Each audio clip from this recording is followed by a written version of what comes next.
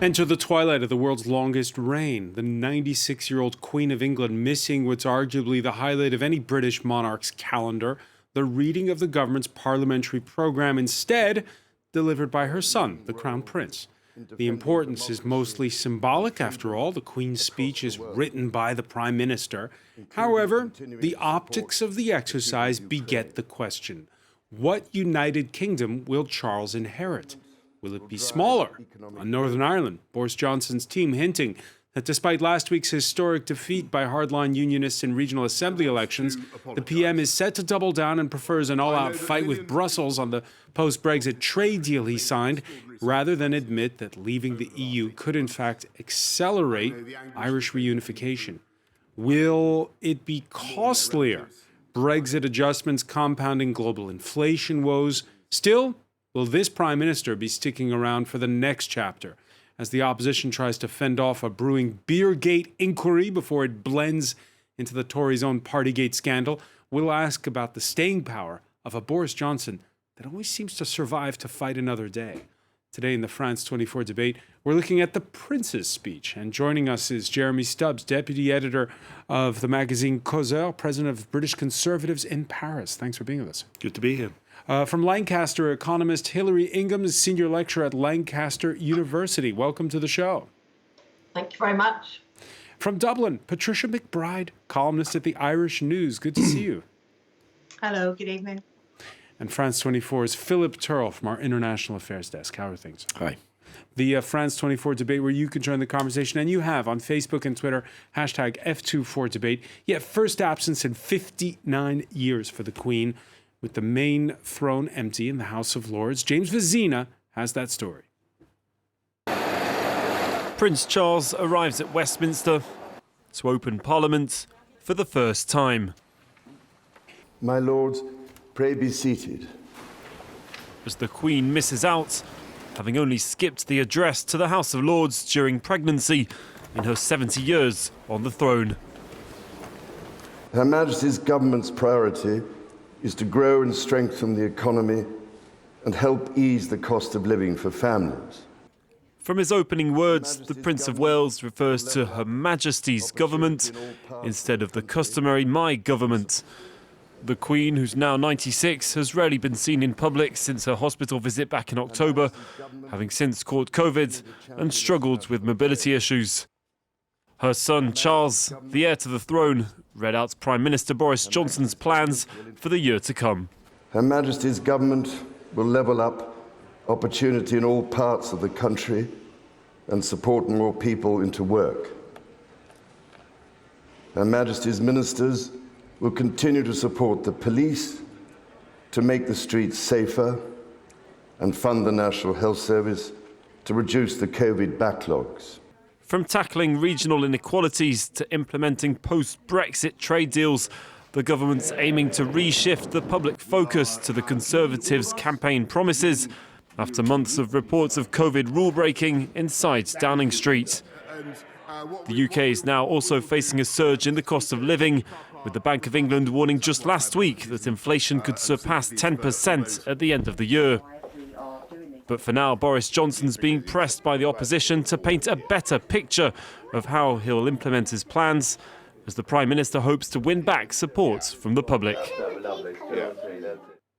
Now, you know it was the speech written by the Prime Minister when you're hearing the Prince of Wales reading lines like Her Majesty's government will level up. That's a stock phrase we hear a lot from Boris Johnson. Still, Philip Turl, what's it like hearing Prince Charles say those words? The same as if it was the Queen, or does it feel different?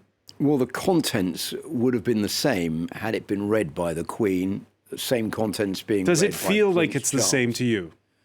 Well, of course not, because it's not the Queen reading it. It's her son, Prince Charles, and this is something that none of us have ever seen, because if you're old enough to remember the last time, which was in 1963, and I'm sure none of us taking part in this debate would remember that, or the time before that in 1959, at that period, it was the Lord Chancellor who would have read out the Queen's speech while she was absent due to pregnancy with Prince Andrew and then with Prince Edward. So the fact that it's Prince Charles reading it out is symbolic because he is the heir to the throne. He was flanked by his son who is also heir to the throne, Prince William. And it's a sort of signal that the times are changing. The Queen may not be as active in the future as she's been up until now. And will she ever be back in Westminster to read out the speech in the future? All of those questions are coming up for the first time maybe today, although I think that it's not a surprise the Queen is not there because everybody knows she has mobility issues. She's had COVID. She's been recently widowed. And she's 96. It has to be said. She's a 96-year-old lady. So this is maybe the beginning of a changeover. But as far as Buckingham Palace is concerned, it's the Queen who's still in charge.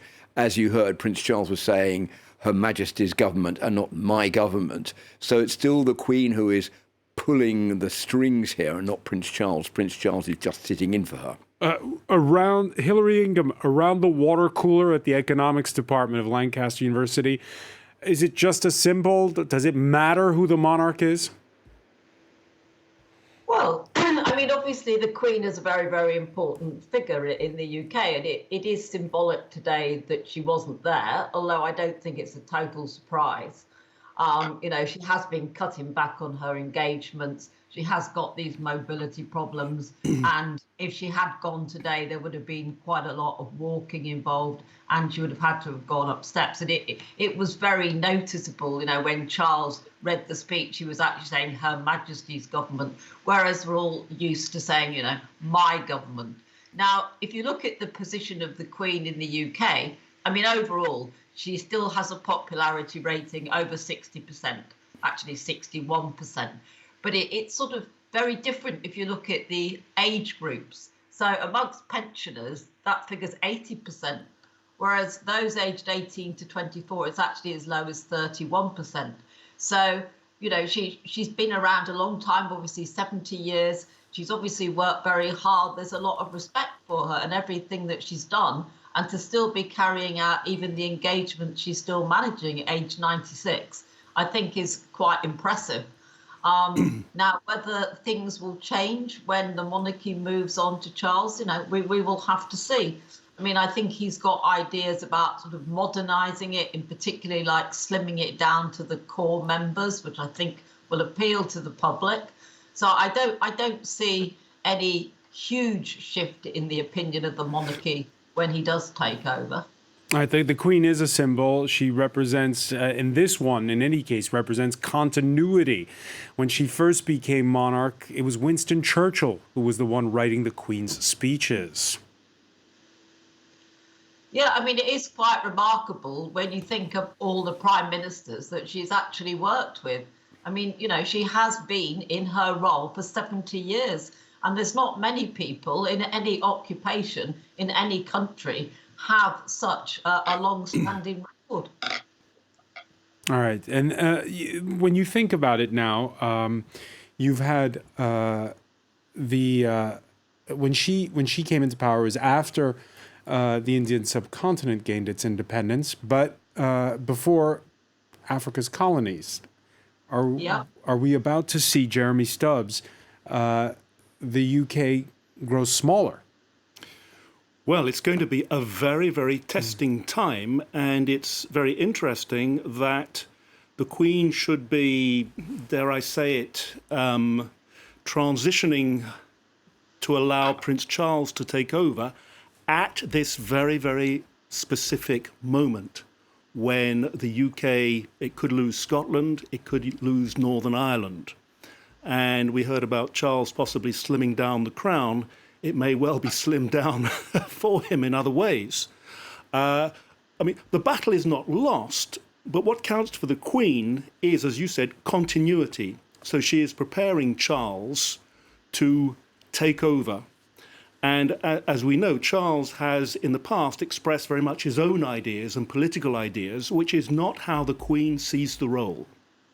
The Queen sees the role as a symbolic one of guaranteeing continuity and not compromising the monarch by stepping into the political realm. It may be difficult, in view of what is coming in Scotland and Northern Ireland, for a future king or monarch to remain quite so outside of things. So, there are all kinds of forces of change building up They're not going to explode immediately, but there are things coming, that's for sure. All right, and Scotland, a second independence referendum, that's not on the cards in the immediate future. But we did see change just last week in Northern Ireland.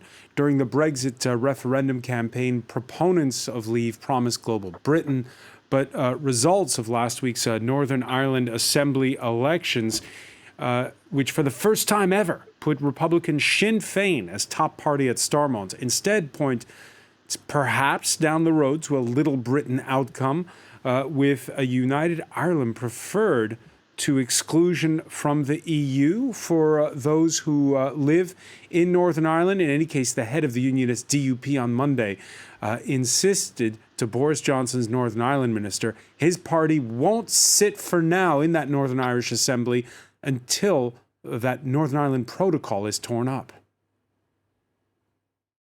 We made clear to the Secretary of State this morning, until he honours his commitment, the obligations that they entered into in New Decade, New Approach, we will not be nominating ministers to the executive. And that is our position.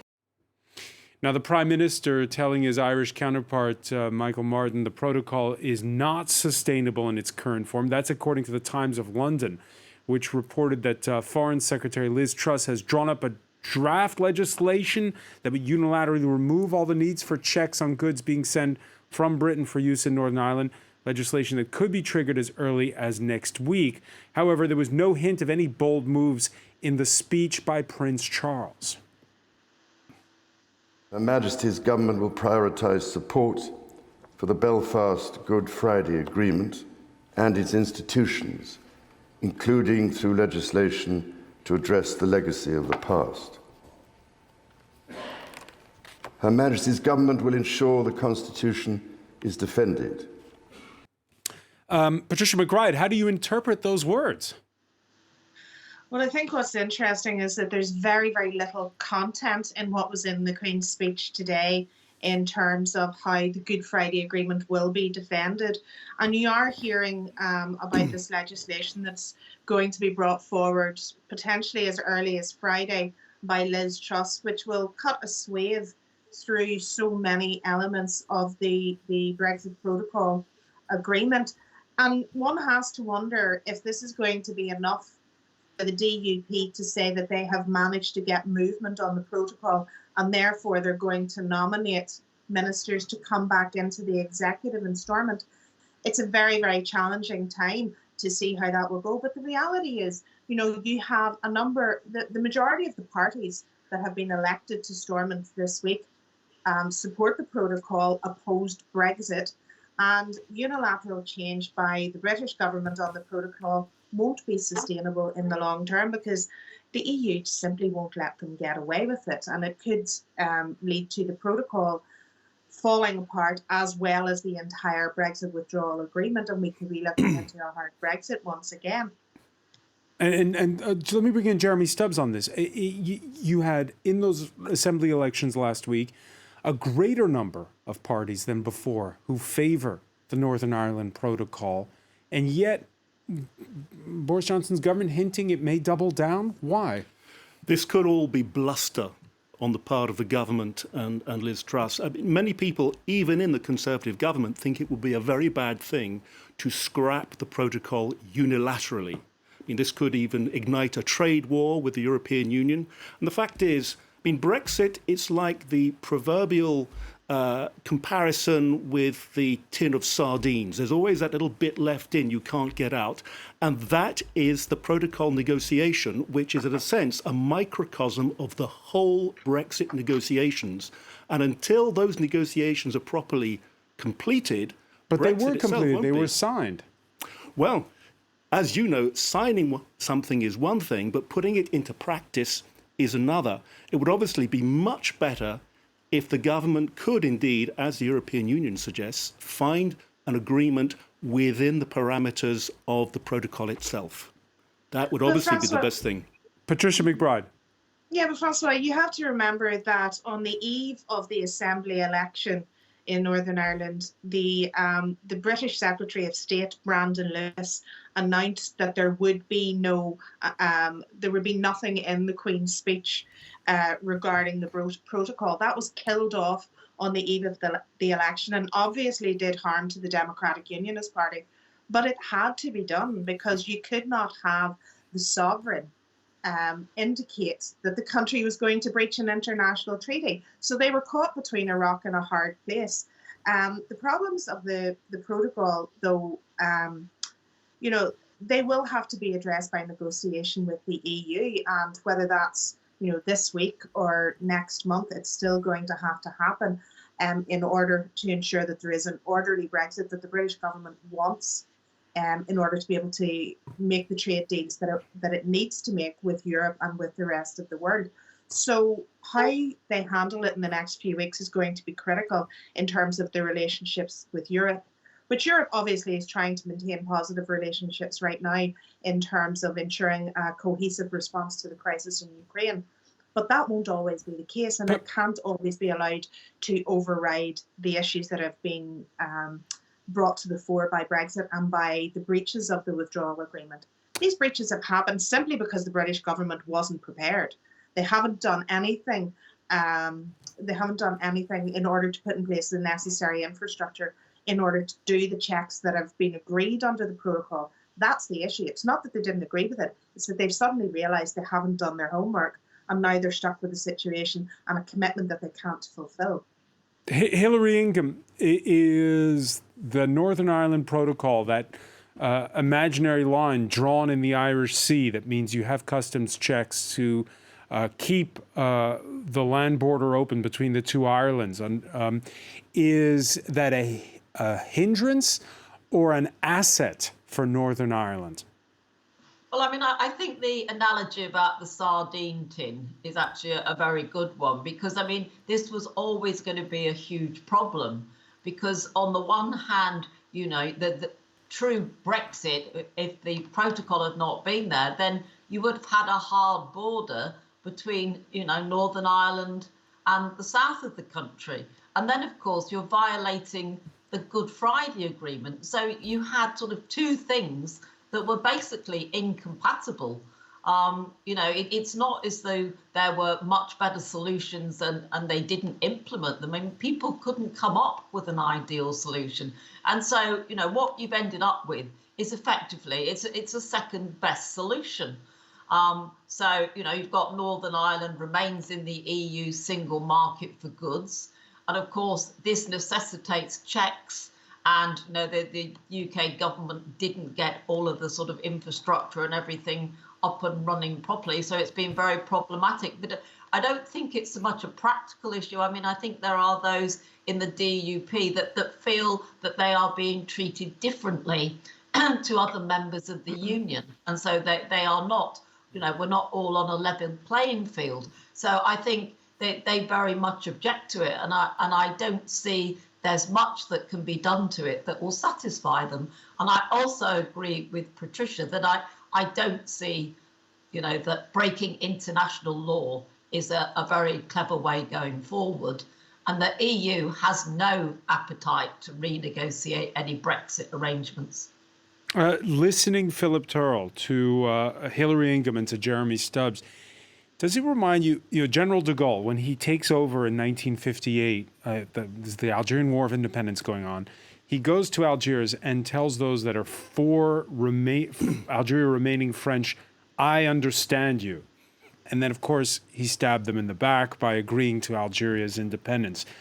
Is Boris Johnson saying "Je vous ai compris" to the Unionists in Northern Ireland? To be quite honest with you, Francois, I don't think so. I think all of this in Boris Johnson's mind is a political game to seek election. It's an electoral move. The whole of Brexit was an electoral move for him to get power. He would have done anything to become Prime Minister, and he's backed himself into a corner, which has been quite well explained here, where there is no solution to the situation in Northern Ireland. Because remember Theresa May saying she would never put a frontier in the North Sea or a border in the North Sea between Northern Ireland and the rest of the United Kingdom. And that's exactly what Boris Johnson said he wouldn't do, and he did it as soon as he got elected, because it was an easy way out to get Brexit done, in his words, the oven-ready Brexit deal that he all went on about. Right, so the bigger Britain is more important to him than the support of the getting DUP. to be elected Prime Minister or leader of the Conservative Party and become Prime Minister is the most important thing. He would have done anything, and he found a course with Brexit for him to get to number 10 Downing Street, opposite David Cameron and opposite Theresa May. And that is why we're in the mess we're in at the moment. And what have we got at the end of the day? We've got the situation that if there is a new hard border between Northern Ireland and the Republic of Ireland, that could lead to a resurgence of all the troubles we saw between 1969 and 1998 in the Good Friday Agreement, which is the worst case scenario. And which has got to be avoided at all cost. But the alternative means where we have to put a border in the North Sea, which is going to penalise the people in Northern Ireland who want to remain part of the United Kingdom, because they are not going to get the goods in as quickly as the rest of the country because of all these border checks that are supposed to be put in place. So what is Boris Johnson threatening to do yet again is not respect the Brexit agreement, something Emmanuel Macron, the French president, has accused him of time and time again, saying, well, Boris Johnson will sign the agreement and then he'll go straight ahead and say, I'm not going to sign it, or I'm not going to respect it because we didn't realise what we were signing, which is what he said last time round. And so he's threatening to not sign it and throw it in the face of the European Union. And it's true, the European Union won't stand for it. So Boris is in a corner and there's no easy way or solution out of what we have got into. Is the Prime Brexit. Minister in a corner? Jeremy Stubbs? I think he has often found himself in various corners throughout his career. But as you said earlier, he always seemed to find a way out of them in some sense. At the moment, if the government is really going to support the Belfast Agreement, then that means prioritise it, were the words in the Queen's speech for the Belfast Good Friday Agreement. Yeah. This means that one of the explicit parts of that agreement is to get the power-sharing executive up and running. Right. Mm-hmm. And really, it's a race between, in a sense, running out of perceived time to get that up and running and coming to some sort of acceptable agreement come fudge with the European Union that will please unionists in Ireland. That is the convergence between those two things. Who knows? I mean, Philip is very pessimistic. I sense he doesn't like Boris Johnson, but... No, I'm not pessimistic. I'm just trying to be realistic about the situation. And I think that Boris has done this to get elected. That's basically my view. I think probably he's... You know, it's not only Boris Johnson who has done this. So it's not only his psychology that has created this situation. Other factors and other people have their responsibility, but it's all going to have to be sorted out in the coming weeks and months, very, very rapidly now. And or you have prolonged gridlock at Stormont. Patricia McBride. They're still joking in Belgium about the time they went 500 days without a government. Does it make a difference if there is not a government in the Northern Ireland Assembly? It makes a difference to the people of the North, because we're in a position where we have a caretaker executive that is limited in what it can do without the capacity to agree a budget. So minimal things can be done in terms of the day-to-day operations of government, but no fundamental change can take place. And, more and more, I think this is why the Democratic Unionist Party ended up losing seats, their stance on the protocol, and also why the traditional unionist voice, another very anti-protocol party, whilst they increased their vote share, their percentage share of the vote, did not gain any additional seats because they took a very hardline stance against the protocol.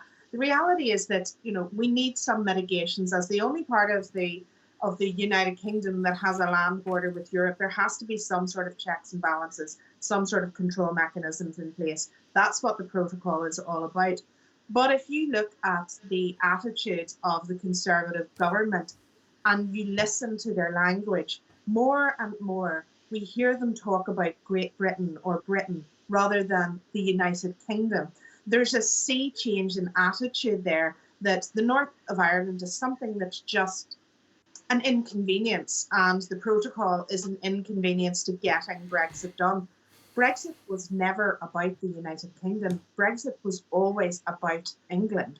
Scotland did not vote for the Brexit referendum. Northern Ireland did not vote yes in the Brexit referendum. Those two parts of the United Kingdom were opposed to Brexit. And yes, Wales voted, but not by an overwhelming majority. So we're looking at a situation where there are different attitudes towards Brexit across the regions. And that's not being acknowledged by the Conservative government. And there are no mitigations being put in place in order to ensure that the protocol works and that Brexit can get done. I mean, on the one hand, they say, let's get Brexit done. But on the other hand, the mechanisms to allow them to do it, they're not prepared to put in place. And to be honest, I don't think that the hardline unionist parties in the north of Ireland, anything will please them short of the scrapping of the protocol in its entirety. And I think even that would be a bridge too far for Boris Johnson. Hilary Ingham, are you sensing a disinterest with Northern Ireland where you're sitting? I wouldn't necessarily go that far. I mean, I do accept the point that, Scotland didn't vote for Brexit, Northern Ireland didn't vote for Brexit, and even in Wales it wasn't an overwhelming result. But I do take the point that, this Northern Ireland protocol and this Good Friday Agreement, there's been many, many very, very clever people tried to work on this, and no one has yet come up with a solution. And I have a feeling that, maybe Boris Johnson will become rather more sort of England focused, because I do think, whilst not immediately, I think there will be a desire in Scotland to have Indie Ref 2. The SNP did remarkably well in the elections last week. So I don't think the sort of independence movement there is going to go away anytime soon. So I think that will go ahead. So I think there is some credibility that Boris Johnson is becoming very much England focused. All right, both Boris Johnson's government and Sinn Féin deferring to that Good Friday agreement, again, with the the prospect that perhaps there may be prolonged gridlock in Belfast. Brinkmanship will not be tolerated where the north of Ireland becomes collateral damage in a game of chicken with the European Commission. The responsibility for finding solutions to the protocol to make its smooth implementation lie with Boris Johnson and the EU. But make no mistake, we and our business community here will not be held to ransom. This means that applying the Good Friday Agreement in all of its parts. Patricia McBride, we in our business community here will not be held for ransom. What's Sinn Féin going to do about it?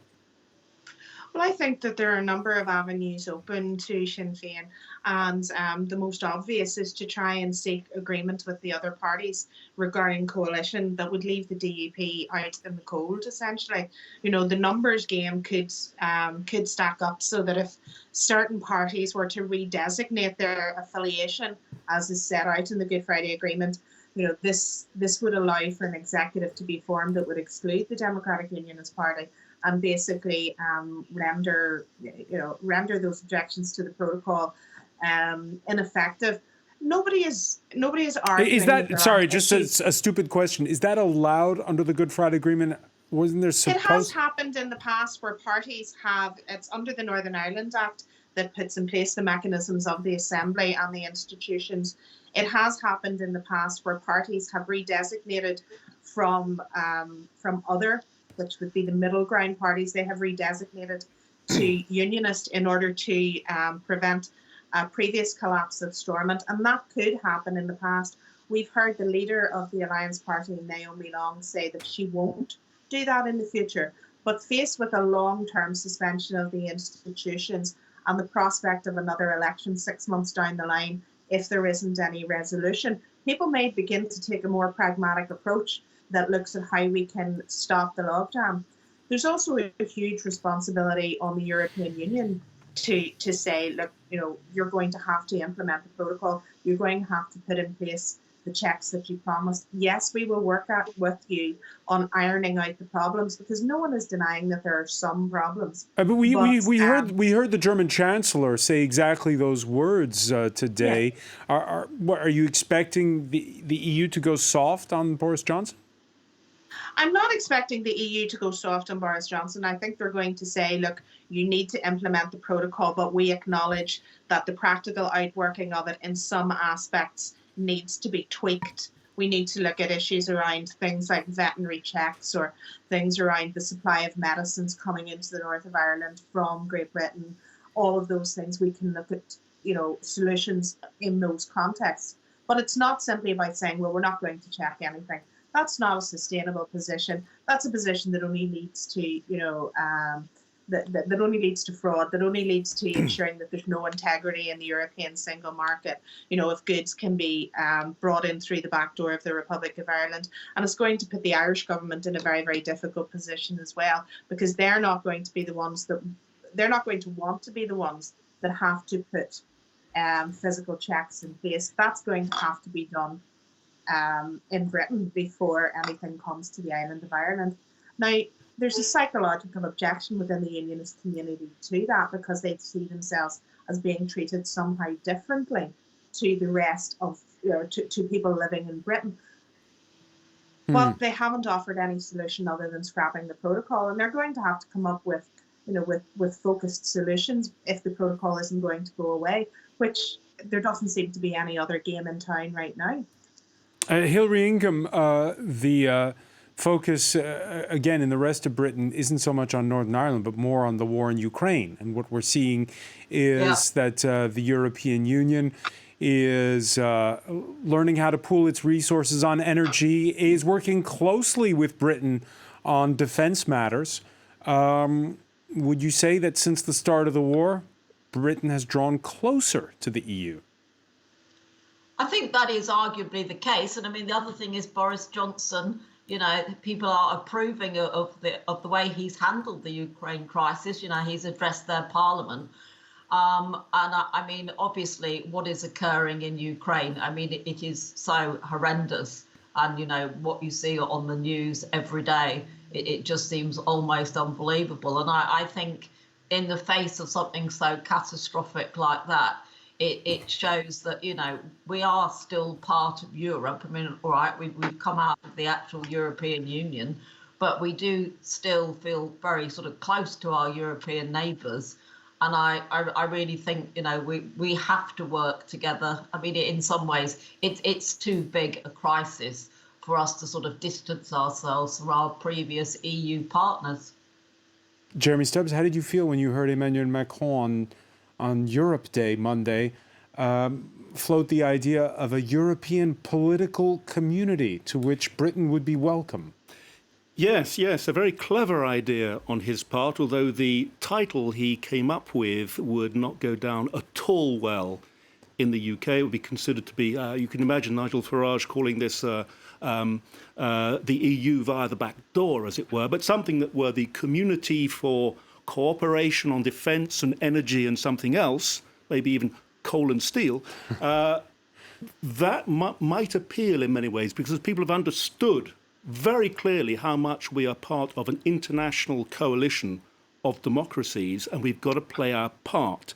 So I think Boris Johnson as well has understood that in some ways, let's face it, the war in Ukraine has almost saved his bacon, as it were. It's given him a new dimension as an international leader. It's taken some attention away from party gates and beer gates and all these other gates that have been going on. And he would be, he has a considerable interest in maintaining that kind of international standing. And that's where messing up negotiation with the EU would really detract from that standing. He can't afford to mess it up, I don't think. His stature on the world stage, will it be enough for Philip? I think that in a way the war in Ukraine was a windfall for Boris Johnson face-to-face with Partygate. The Sue Gray inquiry, senior civil servant, plus then the police inquiry into what was going on in that series of parties in at 10 Downing Street during the first lockdown in 2020, a time when the government had been telling people to stay at home and they weren't even allowed to go and see loved ones in hospital. And then all these pictures coming out of Boris Johnson in 10 Downing Street at these parties that he denied. And then he said, I didn't realise it was a party and I wasn't at the party, and then he was. So it certainly has been detrimental to his image. And when Boris Johnson first came on the scene, he was seen as the politician who reached parts that other politicians couldn't reach, and that's why he became so popular. You bought the whole picture with the hairdo, the image, the bluster, and everything else, because he was someone who a lot of people could identify with. He's the only one who's called by his first name, so it was a great a tribute for the Conservative Party. That's been seriously damaged by the Partygate scandal and a few other scandals. So I think he's managed to claw back some legitimacy within the UK and on the world scene as someone who's stood up and defended the Ukrainians and said several times he wants to be the man to lead the rebuilding of Ukraine. So he's got to be very careful about how things go in the UK if he wants to keep that image intact. Yeah, many wondered if last week's elections, by the way, it wasn't just Northern Ireland. There were elections across England, Scotland and Wales. Many wondered, would that mark the beginning of the end for Johnson after Partygate? The results, though, he suffered losses, but instead, it seems to be the leader of the opposition on the back foot. There's a police inquiry over beer and a curry consumed at a campaign stop in the north of England during COVID lockdown. I'm absolutely clear that no laws were broken. They were followed at all times. I simply had something to eat while working late in the evening, as any politician would do days before an election. But if the police decide to issue me with a fixed penalty notice, I would, of course, do the right thing and step down. Of course, Keir Starmer putting his job on the line, raising the ante, the Daily Mail calling that pledge to resign a cynical ploy to influence the outcome of the investigation. There you see the headline, Starmer accused of piling pressure on police. Can you equivocate the two, Philip Terrell? Difficult to say because we don't know exactly what happened. Of course, you have to remember that we've pretty much got a complete picture about what went on in 10 Downing Street, and that was just one scandal after other scandals before that, over the wallpaper gate scandal as well in 10 Downing Street. And I think that obviously in politics there will always be the search for something similar. So the Beergate scandal involving Keir Starmer, well, once the inquiry comes out, we'll know exactly what happened. It's exactly what the Conservative Party wanted, to try to bring down the Labour Party. I think now that Keir Starmer has called Boris Johnson's bluff somewhat, because Boris Johnson hasn't resigned over this and hasn't said he's going to. So Keir Starmer's more or less obliged to say, well, if the police inquiry finds that I wasn't respecting the legislation, then I will stand down. Well, we'll see just how far this is going to go in its repercussions across the aisle opposite where it comes to Boris Johnson. Jeremy Stubbs? It's an interesting move by Keir Starmer. Whether it's entirely voluntary on his part, I don't know. But if he is found to have been wanting and is fined and then does resign, that may well involuntarily bring Boris Johnson into a similar kind of suicide pact. Will he be able to stay on when Keir Starmer has resigned? That is, for me, the very, very interesting question. It would take a huge amount of bluff and bluster on Boris Johnson's part to survive that, but who knows? Patricia McBride, looking at it from the other side of the Irish Sea, is this all just a bit of tabloid entertainment, or does this matter? I think you're right. I think there is an element of the tabloid about it. But what's interesting looking at it, removed from a distance, is the different approaches that these two leaders have taken. I mean, Keir Starmer's approach has been very much based on integrity and in doing the right thing. He's insisting that he's done nothing wrong, and if he's found to have broken the law, he will fall on his sword. Boris Johnson prevaricated, blustered, denied that he'd done anything wrong, was issued with was found to have breached the COVID regulations, begrudgingly accepted that he'd done so, but it was an entirely different approach that shows different levels of I suppose statesmanlike behaviour is how I would describe it. I don't think Boris Johnson's behaviour was anything like statesmanlike. I think he should have accepted that he had done wrong, apologised profusely and hoped that it went away. He's now, because he has lied about it, because he has had to change his approach to it so many times, he's lost credibility on it. Whereas even if Keir Starmer is found after the police investigation to have broken the law or to have breached the COVID regulations that were in place at the time, I think people will say, well, you know what? If it was a genuine and mistaken belief that you weren't doing anything wrong, then we don't want you to leave. We don't want you to step down as leader of the party. And he may find that his troops rally behind him because of the approach that he's taken, which is one that has shown dignity and a willingness to accept the outcome of the investigation.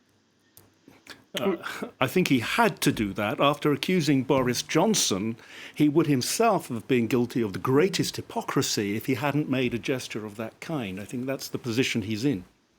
Hilary Ingham, more broadly, before 2016 in that Brexit referendum, seen from this side of the channel, yours is an island of civility when it comes to politics. That Brexit referendum campaign was ugly. There was even the murder of an MP.